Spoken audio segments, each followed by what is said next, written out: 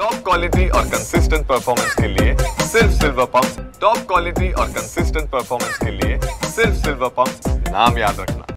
राज्याचे उपमुख्यमंत्री अजित पवार आज अकोला दौऱ्यावर आहेत। दिवसभर त्यांचा हा दौरा राहणार आहे। त्यामध्ये ते सकाळी 9:30 वाजता विमानतळावर उतरल्यानंतर या ठिकाणी त्यांची आढावा बैठक घेणार आहे। जिल्हाधिकारी कार्यालयात नियोजन भवनमध्ये ते आढावा बैठक घेणार आहेत। त्यानंतर दुपारी 12 वाजता त्यांची पत्रकार परिषद आणि त्यानंतर ते या ठिकाणी राष्ट्रवादीचा कार्यकर्ता मेळावा आहे। त्या मेळाव्यामध्ये काँग्रेसचे ज्येष्ठ नेते मदन बैलगड यांचा तरी पक्षप्रवेश आहे। त्यासोबत काही सरपंच किंवा काही कार्यकर्त्यांचा इतर पक्षातल्या ज्याचा या ठिकाणी पक्षप्रवेश होणार आहे आणि या मोठा भव्य मेळावा या ठिकाणी आयोजित करण्यात आलेला आहे। त्यानंतर राष्ट्रवादीच्या कार्यालय जे आहे त्या ठिकाणी ते सदिच्छा भेट देणार आहे।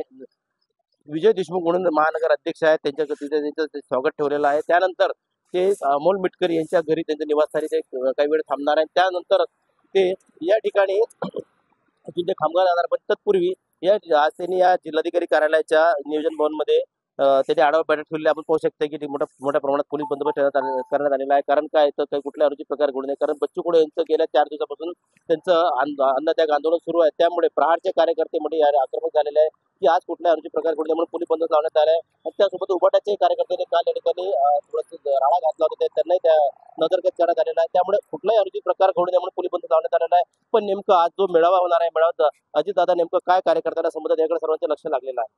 गणेश सोनवणे, टीव्ही 9 मराठी, अकोला।